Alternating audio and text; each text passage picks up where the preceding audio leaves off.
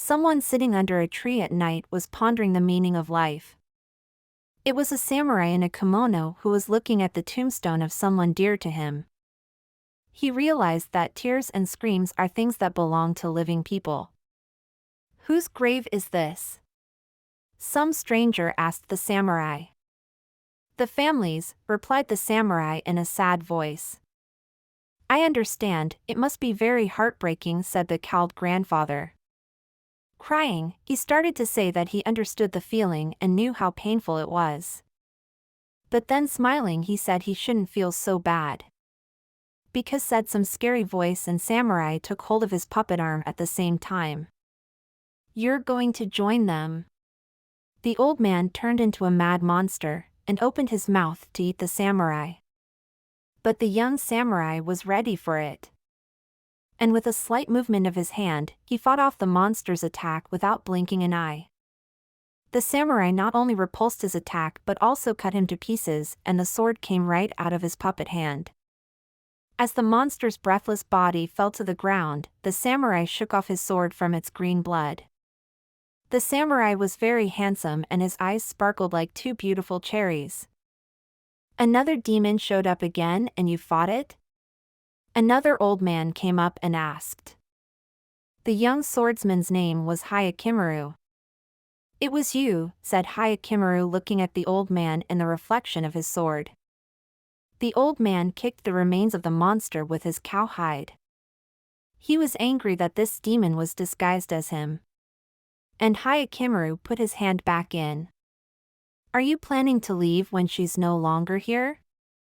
the old man asked Hayakimaru.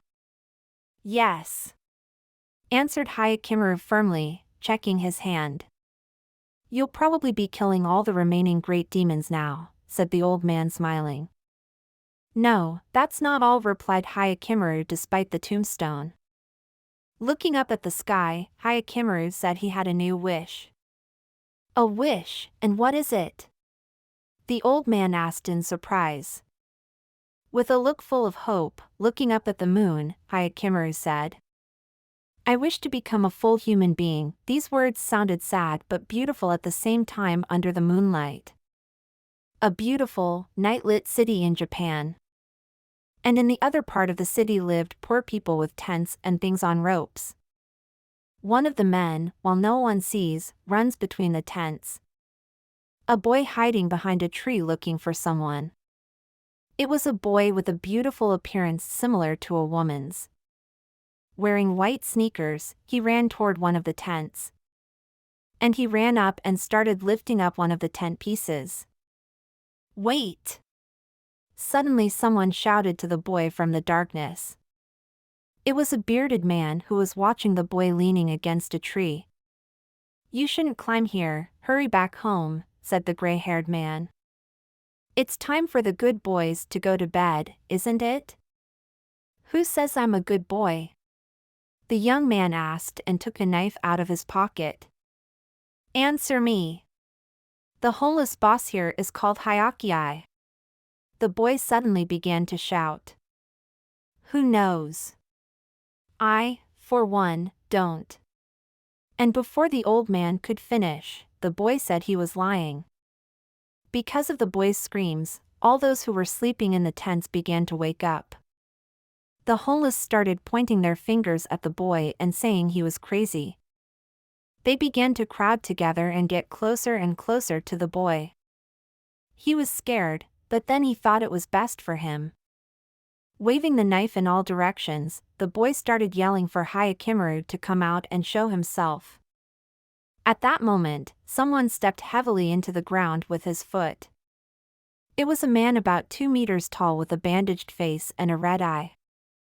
All the homeless people started shouting that it was Hayaki's boss. "Hyakki? So you're Hyakki?" the young man asked uncertainly, pointing the knife toward the man. He stood, silent and shining his red eye. The boy realized that the man was not in his right mind and therefore could not be Hyakki. The old man said he felt as if it was not the man the boy was looking for. "Now that you've seen it, it's time for you to go. And for us, it's time to go to bed," the old man said. The boy began to shake a little, for he realized that today was also without results. Look!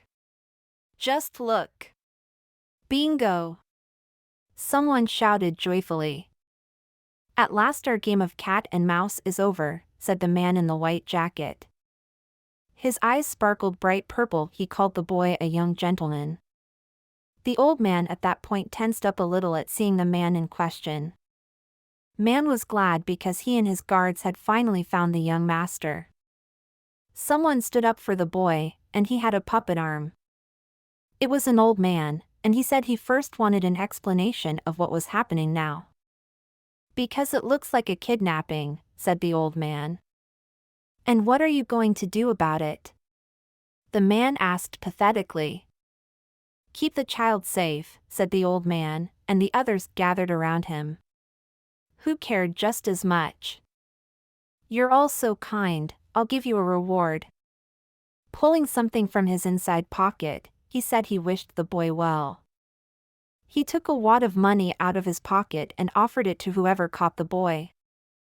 Everyone looked at the wad of money very greedily. While the man was smiling, everyone was discussing the large amount of money. They immediately turned around and started looking at the boy as if he were prey. Altogether, they mobbed him and held him down so he couldn't run away. And we tied up the poor boy and took away his knife. The man stood and cheered, looking down at the boy. For he had one. Shouting thank you all, the man threw the money towards the poor. The whole bunch that recently defended the boy started greedily catching the dirty money. And at that moment a man grabbed the boy by the throat with his hand.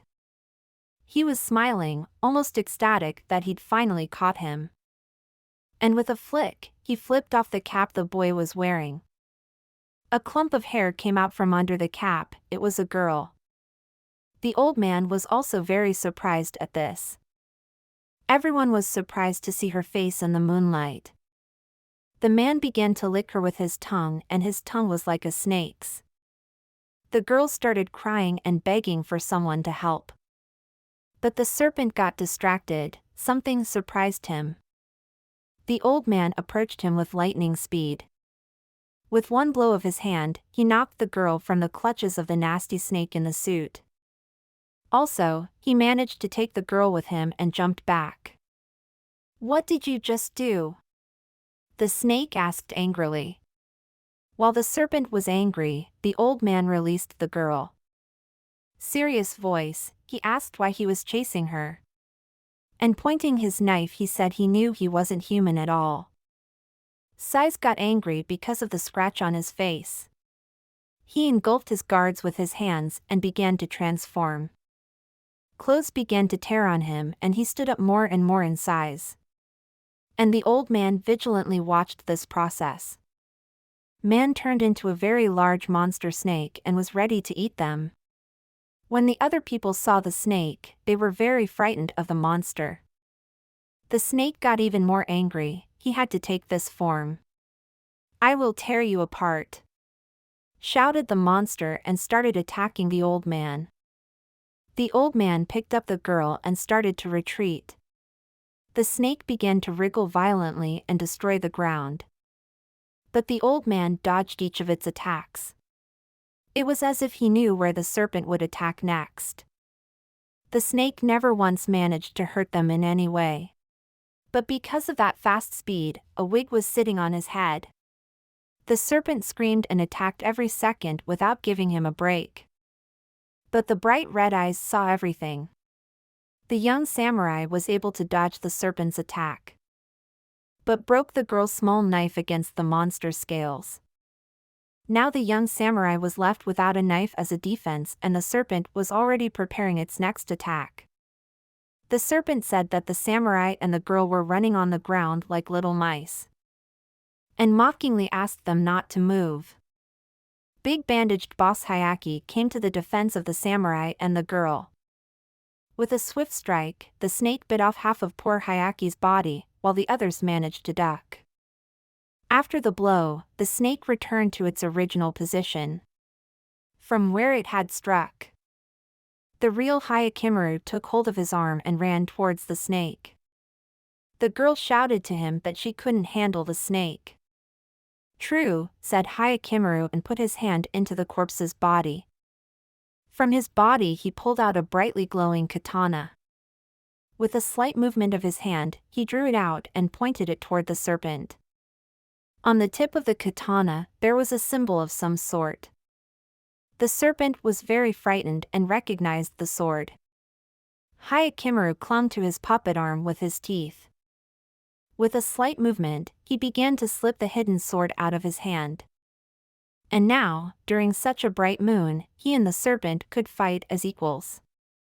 Crossing his swords, Hakimaru was the first to leap toward the serpent. Lightning fast, he launched several attacks at the serpent. Before the serpent could speak, the sword swept across its neck like a sword. His body was chopped into several pieces and a purple fountain of his blood oozed from his neck.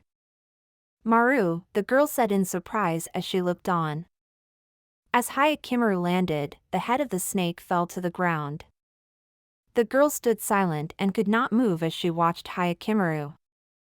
So I am Hayaki," Hayaki said confidently. The girl was still in shock and didn't know what to say. "I'm the one you've been looking for," Hayaki said with a smile. They stood there looking at each other without saying anything. The body that had protected them began to turn to mud. And then turned into a cute little dog. "I call her Maru," said Hayaki, and the dog rubbed against his leg. Putting his hand back in, he said that they needed to change locations in order to talk. "I finally found you," the girl said in an unsure voice. "Hayaki, my parents' nemesis," she shouted. Hayaki didn't much understand what the girl meant. And with the words "I'll kill you," the girl frantically started running toward Hayaki. A country house where 3 people with bags come out during a rainstorm. The man says they need to hurry as fast as possible. A girl named Roro has just woken up and she doesn't understand what is happening.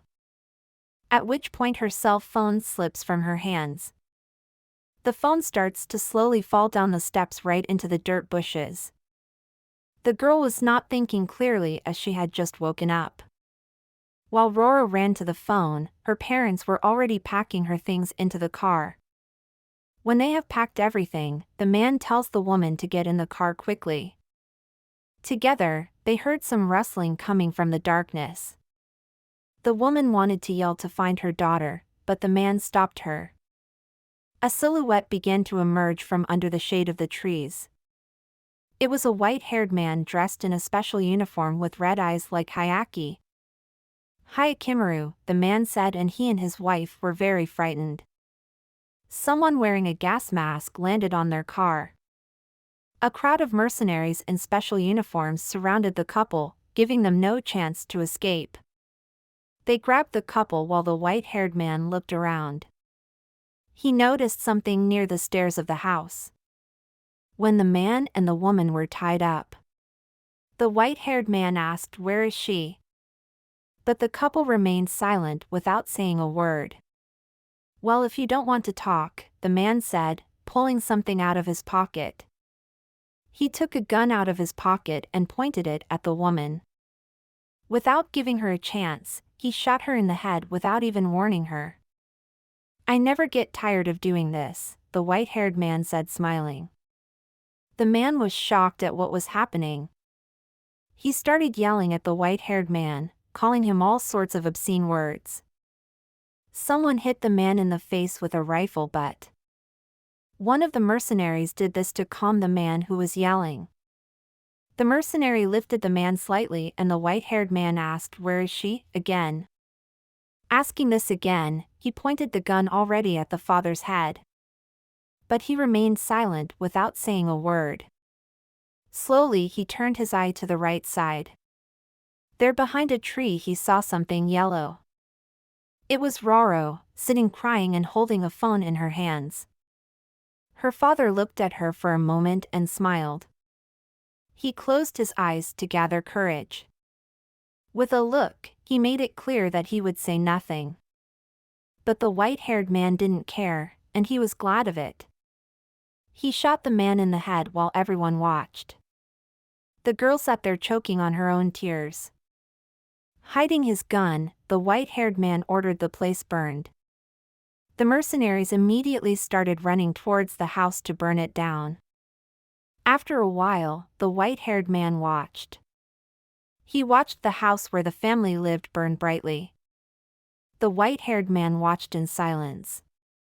As did Roro, who sat behind a tree.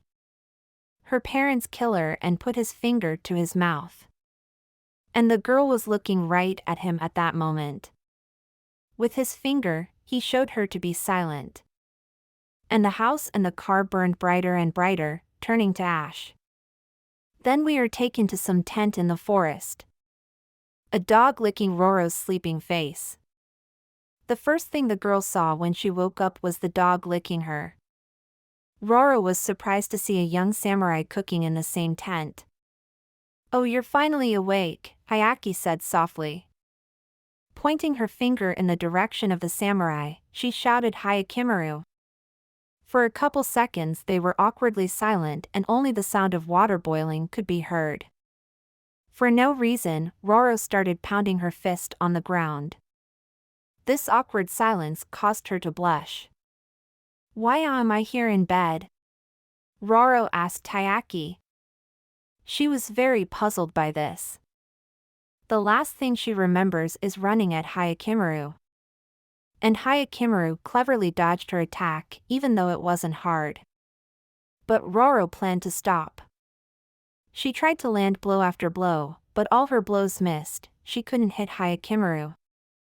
When Hayakimaru had had enough of it, he slapped the back of her head with the palm of his hand. And with that he put her into a long sleep. And Roro now remembered what had happened before she came here. She bit her lower lip in anger. Roro was frustrated at not being able to land at least one blow on Hayakimaru. Hayaki made some noodles and gave them to Roro. Hayaki said she should eat well. The girl was angry, but realized the truth. And at the same second the girl took the noodles from the young samurai's hands. No sooner had he offered her chopsticks, Roro drank it like plain water. But then regretted it because the noodles were very hot. Weeping, she took the water the dog had brought on her head. Hayaki asked what exactly he had done that she was calling him in her nemesis. But Roro said he's weird since initially all the people say it's like it's not me. Smiling sadly, Hayaki said that his thoughts were confused because he had lived for a very long time. But the girl didn't believe him and thought he was crazy. She said that if he was old, he wasn't old enough to forget the murder. "You're an unusual person too, aren't you?" said Hayaki suddenly. The girl was shocked by this and didn't know what to say. "You're not in a good situation right now," said Hayaki, pulling out his sword. And pointed his sword right at the girl's head. "And then what will you do? If I really..." "Your nemesis," said Hakumaru smiling. And at that moment in her head, Roro put the two sides of her face together. She was terrified, and didn't know what she should do now. With a cold stare, Hayakimaru pointed his katana straight at the girl's head. A sword thrust was heard and blood splattered on the tent. And the dog started barking very hard at that moment. And the young samurai held his bloody sword in front of him. Roro lay motionless, but her eyes were not empty. For the blow was not meant for her. A man's corpse began to fall on Roro from the outside of the tent. What a shock she had already experienced today. Roro yelled at Hayaki for killing the man again. "It wasn't actually a human at all," Hayaki said calmly. Looking a little closer at the corpse, Roro saw that it was the face of the demon who wanted to eat her. Opening the tent, Hayaki said that some of the homeless people here were demons. And most of the time they behave calmly, but it was apparent even in this rainy weather that a crowd of demons had completely surrounded their tent. All of them smiling, talking about how hungry they were. You said they're usually very quiet, the girl said nervously. Hayakimaru's sword began to glow. Maybe in you because something baited them, said Hayaki and pointed his sword at Roro. He said he couldn't feel what was inside her. But all the details later, said Hayaki smiling. I'm a little busy right now. And at that moment, a mob of demons jumped on him. An ordinary rainy evening in the city. Men and women discussing their business, and surrounded by mercenaries. A man is angry because a woman ordered him to work for her. Pressing something on her phone, she says she doesn't believe it herself. Laughing, she says it's not a matter of animosity or lack of brains. But why then? Before the man can finish, the woman interrupts him and says they're not capable boys. And also called them brainless, and that made them angry.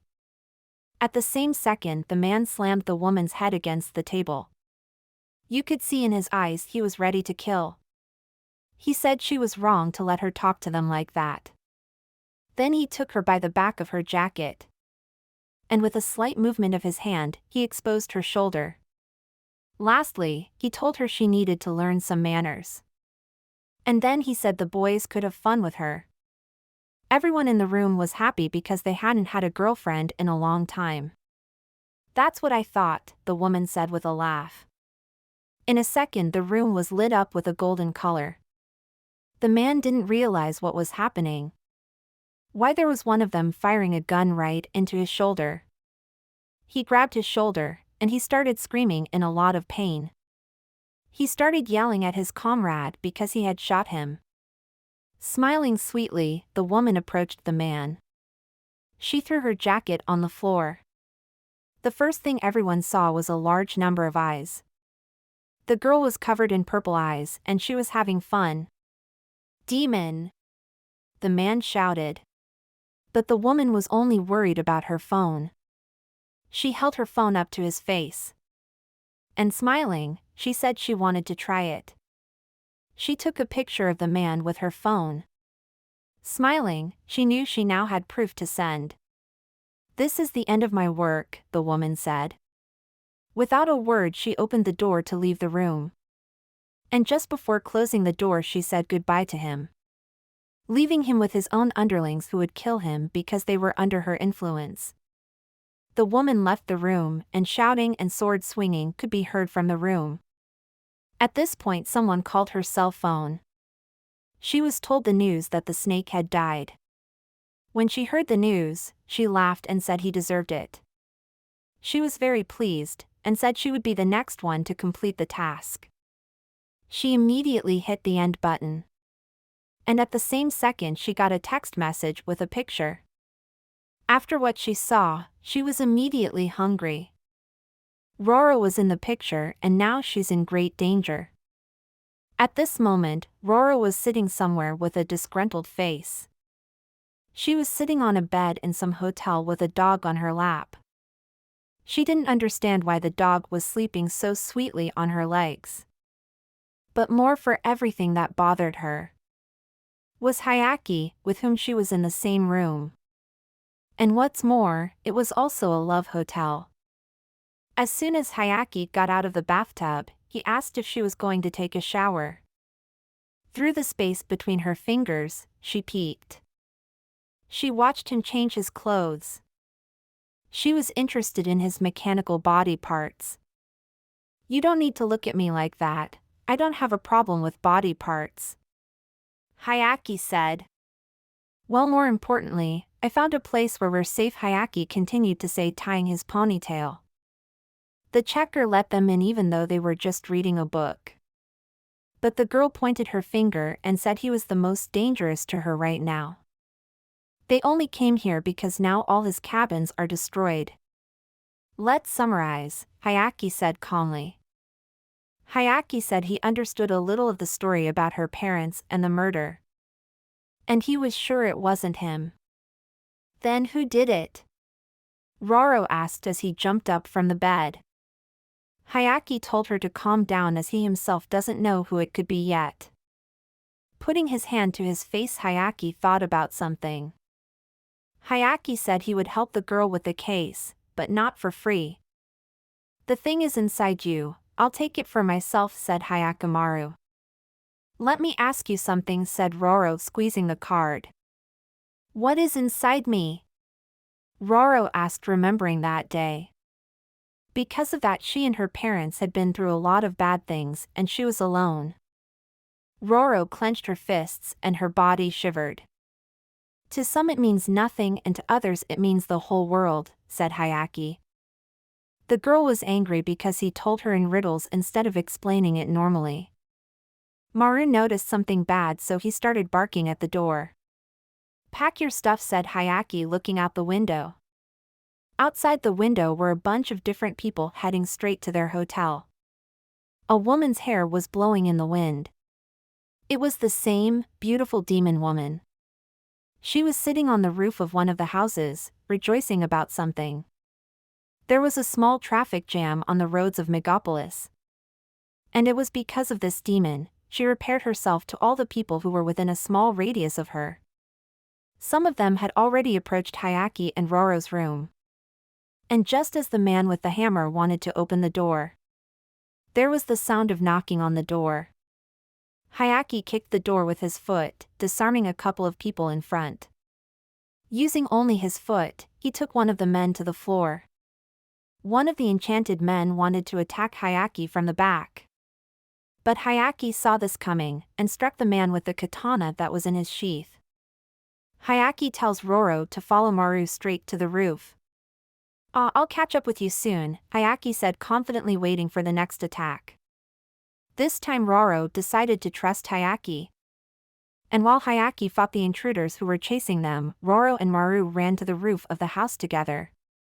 The enchanted men did not stop striking blow after blow.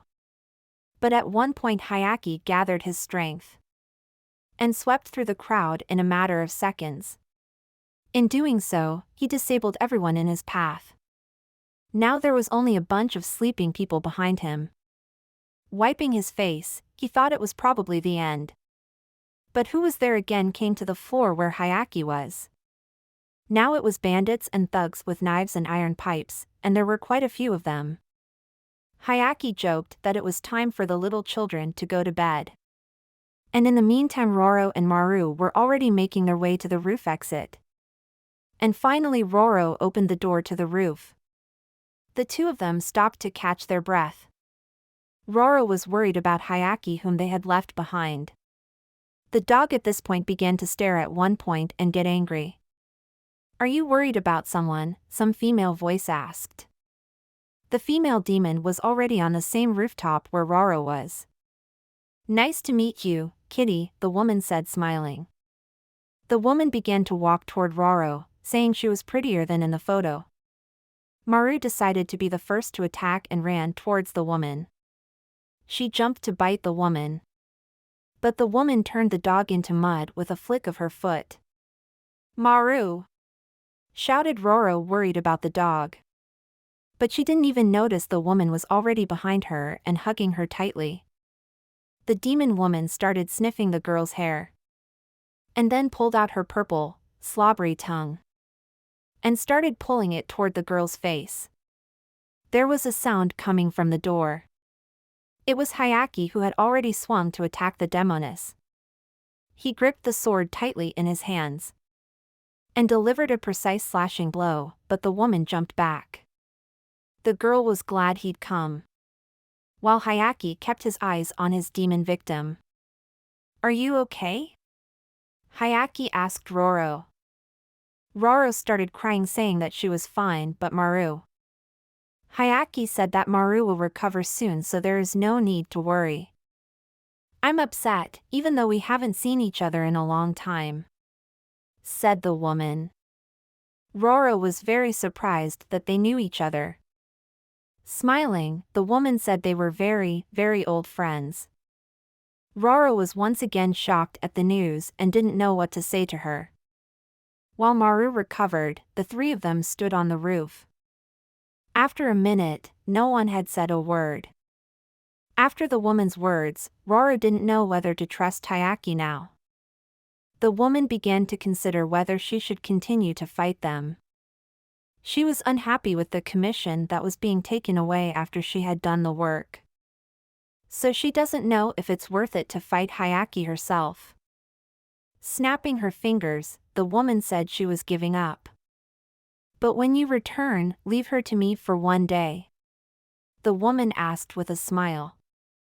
Once again, Roro was shocked by the woman's words. Sticking out her tongue, the woman asked for a small piece to sample. Hyakki stood still without saying a word. But then suddenly he lowered his sword. I knew you would understand me, the woman said smiling. Well, let's go, she said holding out her hand. Roro's thoughts were confused and she didn't know what to do. She stood there thinking about what to do. With no knowledge of what was inside her, who killed her parents. Without giving up, she clenched her fist. And decided to stab the woman right in the face. But the woman smilingly dodged it easily. While she was distracted, Hyakki managed to get behind her back. She almost had time to react to him. But Hyakki quickly with his mechanical hand took her by the throat. And flew with her to the edge of the roof of the building. With his tremendous strength, he pinned her right up against the railing at the edge of the building. Hyakki thanked the girl for distracting her at that moment. Roro now realized why he had done that. Smiling, Hyakki held where the female demon was firmly by the throat. The woman realized that if she didn't get free, she might die. She put her left hand to Hyakki's face. And at the same moment used the magic of golden glow. Krisha was illuminated with a bright light for a few seconds. And just as abruptly the glow stopped. Roro, along with Maru, covered themselves with their hands against the given glow. And at that moment, Roro noticed something. A violet eye appeared in the woman's palm. But that magic didn't work on Hyakki's artificial eye. During this time, Hyakki managed to stab the demon woman with his sword. And while the woman smiled jokingly, Hyakki was serious. From his mechanical arm he began to draw his sword. And at the same second attacked the female demon. But unfortunately he missed and she began to attack as well. She started to use her golden magic again and Hyakki was thrown back. He landed next to Roro, who was covering her eyes with her hands. Roro noticed something was wrong with Hyakki's eye and offered to help. The woman smilingly said she was surprised that he had decided to become a bodyguard. And to her it looks like he's making a clown out of himself. But she said she wasn't getting paid for it, so she decided to run away. Roro tried to find her to ask her something but couldn't. Hyakki started talking to his dog as if nothing had happened before. While Roro was upset, Hyakki asked the dog to give him a paw. From her paw, she secreted some liquid onto his palm. This liquid he applied to his eye, which was destroyed. The girl was shaking as she realized that she had missed another chance. And remembered her past again. Hyakki put his hand on the girl's head. And asked her to get off her knees. Hyakki said he would take her to someone. Someone who would give her answers to her questions. We're shown a girl sitting at her computer, typing away at her keyboard. As she watches, she smiles and waits for them to come to her. We are transported to a time when human life was worth a grain of sand. There was a lord who had great ambition. So he decided to make a deal with demons to rule the whole world. And the price was his own son. His eyes, his nose, his limbs, his internal organs. So the Lord's son was born with virtually nothing. So the Lord abandoned the child in question. He sent him to float down the river with the lilies. But the child never died and he even grew stronger. He knew he could get a piece of his body back. It was when he killed one of the great demons. And he's still on the hunt, the girl said, pointing at him. Well, it doesn't look like a happy ending, smiling, asked the girl with the guitar in her hands. Roro was stunned and didn't know what to say. Then the girl started to play a melody on the guitar. But Roro decided to clarify a few points in the story. She didn't believe that Hyakki had been born during the Japanese Civil War. But the girl with the glasses, smiling, said it was the truth. And that's when Hyakki came into the room. Hyakki said she needed to hear the story. But Roro didn't understand how he heard it all through the armor-piercing glass. Hyakki put his puppet hand on the girl's head and said she could explain what was inside Roro. The girl decided to introduce herself and said her name was Apostle. Shaking Roro's hand, she said she was his companion in life. And she's the person who buys and sells information. She also admitted to selling information about Roro to the demons. Once again, Roro was shocked at what she'd heard. She couldn't believe her ears at the moment. But Hyakki asked her to calm down. Putting his sword to the apostle's throat, he asked if it was easier or her now. But the apostle immediately began to justify her actions. She talked about how Hyakki left her at one point without saying a word. And then she started looking for ways to contact him. And at that moment, on the camera, she noticed the boy who was looking for Hyakki. And that's when it was Roro who was wearing a hat. Apostle explained that she was the one who gave her the information about Hyakki's whereabouts at that moment. And she said it was because she thought something funny might happen. Apostle started yelling that Hyakki had hurt her, and Roro just sat there and watched. Apostle complained that Hyakki could never properly find a connection. Apostle asked if the girl could be told the secret. Hyakki looked at the apostle carefully at first, and then said she had a right to know. Apostle asked if Roro remembered what she had told her about Hyakki a few minutes ago, and asked her to remember it clearly. Precisely because that thing inside her body is part of Hyakki. One of the nightclubs in the city. Someone out there opened a very expensive champagne. And then with a group of girls started drinking it down his throat. And that someone drank the bottle in one go. It was Mrs. Mechi who had attacked Hyakki and Roro before. One of the girls at the table noticed that Meki's mood was not right. Meki told the girls that she had found a little kitten on the street, but it had run away from her. Smiling, Meki said that the kitten was very pretty. Remember that moment she said it smelled very good. And no matter how hard she tried to think about it, she still wanted him. Touching her throat, she realizes there's a problem in the form of Hyakki. Immediately she decides to get her cell phone. Meki says she has no choice. At the moment I called, all the girls abruptly hushed and bowed their heads. When someone answered the phone, she asked how he was doing now. Whoever was on the line realized there was a job for him. The white-haired man said he was busy right now as he was fighting a large demon spider. Meki didn't believe him, but he said he was really busy right now. At that moment a giant spider just started attacking him. The white-haired man strained his legs hard. And lightning fast, leaving behind him oodles of stone, leaped toward the huge spider to chop it up. Into this blow he put all his strength. And with one precise blow, he sliced the big demon spider in half. His sword was covered in blood and glowing with a bright purple light. His face, he was only interested in one question. How strong this Hyakki she was now telling him about.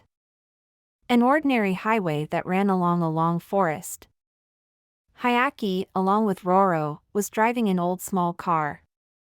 Hyakki asked if Roro had been able to sleep that night. She replied that she hadn't because she had been thinking a lot about what they had talked about the previous day.